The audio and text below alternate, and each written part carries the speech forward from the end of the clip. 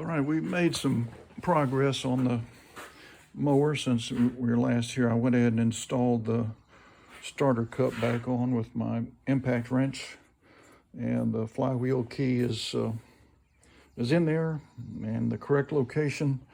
I have not reattached the coil yet, so we'll do that together. I did want you to see that I do have the linkage here. This was not lost by the previous owner, and this is the automatic governor spring. To me, this looks like it's a little bit too tight, so I'm going to bend this back a little.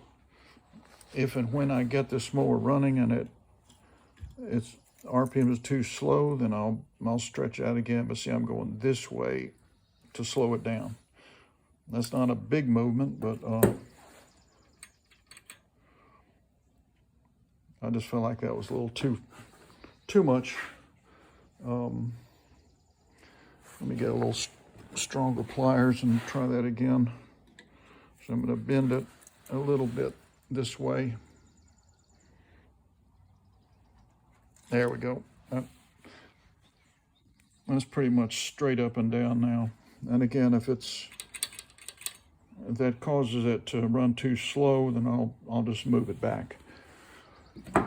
Okay, so let me set the camera down in the tripod, and we're gonna set the air gap on the coil and install this carburetor and tank as a unit. So there we go.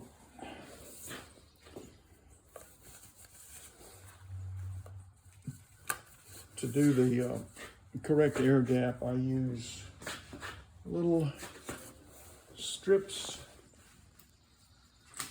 that I've cut from a 1 gallon milk jug. There's 2 of them. So I'm going to bring the coil back into position and take the 1/4 inch head screws that hold it out and swing the flywheel around so that the magnet engages that coil. I'll show you what I mean. It's going to go clunk when it gets there. Let me go ahead and put my clamp on my engine brake, makes it a little easier to turn. That brake is holding it in place. So I'm going to spin this around. Yeah, the spark plug wire is off. See that? See how I grabbed it there? And grab it on that side.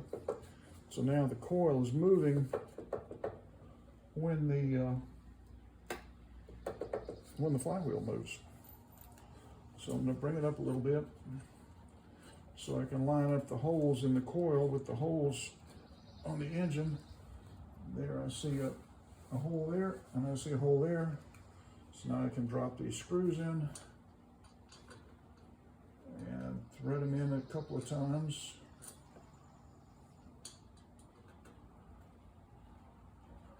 At least to get them started, you know. So there's a couple of turns. Now I'm going to do a couple of turns on this one. Not too many, because I have to pull this coil away from the magnet now. So there we go.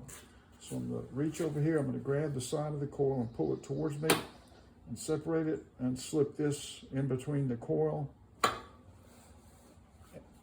and the magnet on the wheel.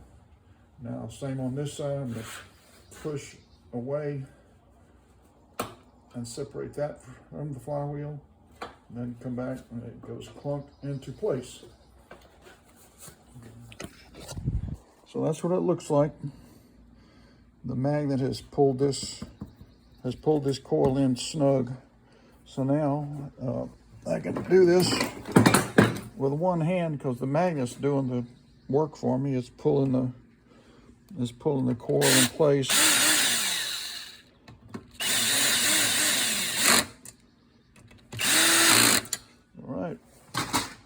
that is done. Now let's see, sometimes these plastic strips will just come right out. They'll just slip right out, and that's okay. If the coil is, the flywheel is sort of rusty where the magnets are, sometimes it doesn't slip right out, but I predict these are gonna just come right out because it's a pretty new coil. Okay, not that one. I'm gonna go ahead and turn the wheel, and now it pops out. So you can see the little gap is just a little, call it the air gap. It's the air gap between the coil and the flywheel. And the spark travels that air gap. And it's got to be just right. And those milk jug strips will do that for you. It makes it just right. So let me set this down. And now we're going to install a replacement carburetor. This came off another mower that I'm not sure. I think the spring was messed up on this one, so I ended up replacing it. When I say the spring, I mean this. When the motor heats up, this extension is gonna push. I'm sorry, it's gonna be right there. It's gonna push this open, see, as it gets warm. And when it's cold, you need it closed. And I could put this on now, but then it makes it a little difficult to put the tank on. And the tank fits onto here with these, whoops, this is the gas I put in here to clean the tank. It's just like a, 1/8 of a cup or something. But anyway, I gotta be careful so it's not leaking too much. So anyway, I'm gonna go ahead and put this on and test this. Let's test this carburetor for leaks and all that, and see if it runs good with it. If it doesn't, I'll come back and take all this apart and try another carb or clean this carb up. But this is now going to go on as a unit. Let me get some pliers and attach that hose clamp.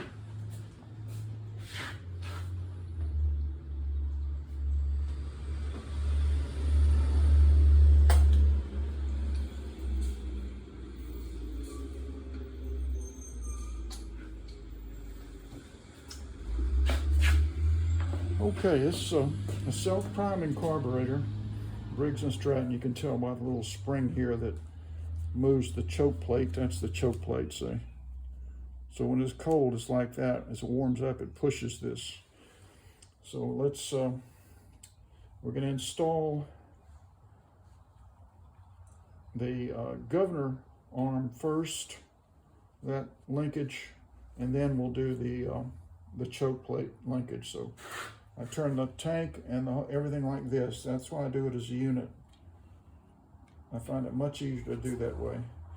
And, okay, so now I've got this, and I'll sort of put it almost in position to install, but then what I want to do is go ahead, before I put the tank on, I'm going to go ahead and put this in.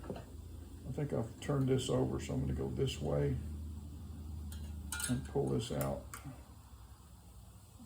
because I want this, yeah, okay. So I'm going to come in with the arm this way. That way this L turn on this carburetor is going to be correct. So now I'm going to do the L turn on the choke plate linkage. Okay, now I sort of put everything close by where it's going to be. This is all connected, and now I install the tank. I lift it up and put it in position and slide it down to those little clips on this shroud part. And I made sure I have my gasket and white retaining clip on there. And now I'm going to push this into place on the tank. There is a little projection on this side that has to be in a groove over here for it to install smoothly. So now I'm going to go and push, push, push. It's not going too good, so I'm going to get a little squirt of WD-40 to help me along the way. So that's on there now. Now I'm going to push, push, push. Oh, that slid right on. Okay. Now this looks a little bit funky right here, so I'm not sure if I've got that on right. So I'm actually going to take this off and study this, because I don't think that's correct. I think it's supposed to go like that.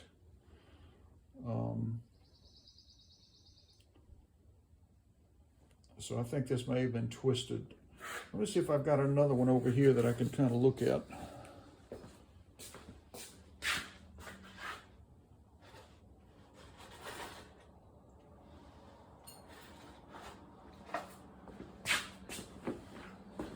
Okay, here's another one off another mower, and it definitely looks a little different. So I'm gonna go with this one, and I'm gonna say it goes like that. So let me try. I'll put this in over here, and then I'm gonna put this into place on the okay.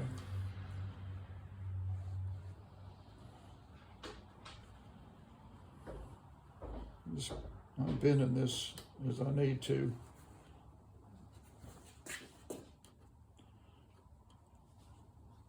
Okay, that's really binding a little too much. I don't like that one either. So let me get it out of there. I'm just going to take the tank back off and loosen this carb a little so I can get this out. I'm going to look at this, look at all this again.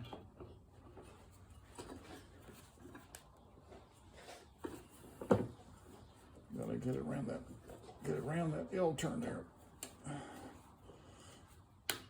There we go. I'll push this out of place. Let me get that back in place. There we go. I still don't like the way this thing is lining up. Let me go look at another one.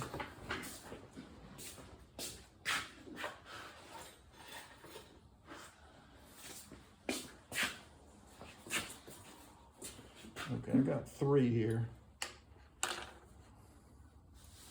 They're all kind of the same. I think this is the most recent one.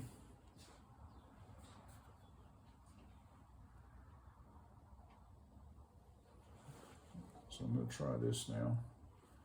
Put that L turn in there. And now do the L turn on the carb. Right there.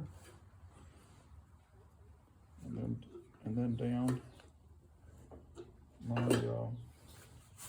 my little gasket and retaining clip has sprung free, so I'm gonna get my screwdriver and get that off of there. I'm pulling it off. I'm gonna reinstall that on the carburetor. Picked up some dirt there, so I'm going to clean that off. Okay, now I'm putting my gasket in there and the retaining clip. I'm going to push it into place. It clicks into place, and now I can move all this back to where it was. And that sort of looks better, I think. That's starting to slip on, so now I'm going to go ahead and put the tank on. That's in place. Now I can push this into place. All right, now let's see how this looks. I think that may be okay.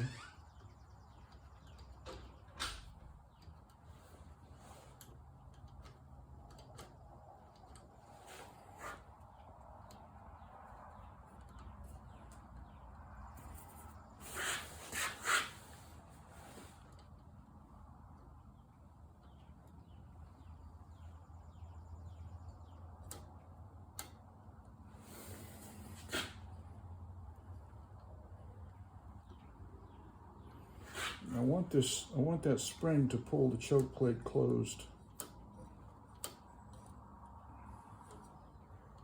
It wants to, but I wonder if I think that's where it really needs to be, right in there.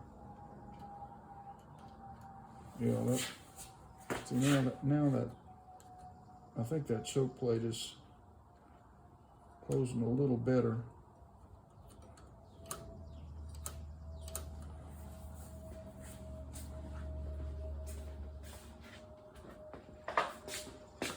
I'm gonna do a little bit of carb cleaner right at the base of the choke plate and right at the top, and see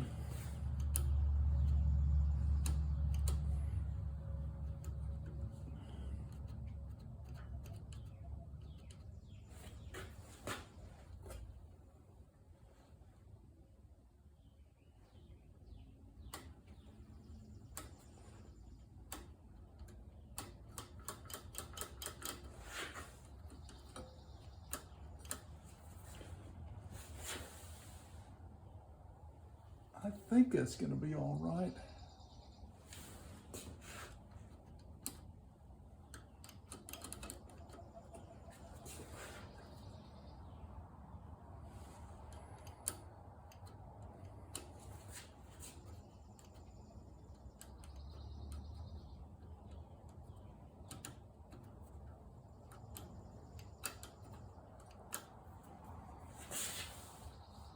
It's got to be closed enough so that when you pull the cord, it creates a vacuum and pulls it in. So I'm gonna grab this with these pliers and pull that down a little bit.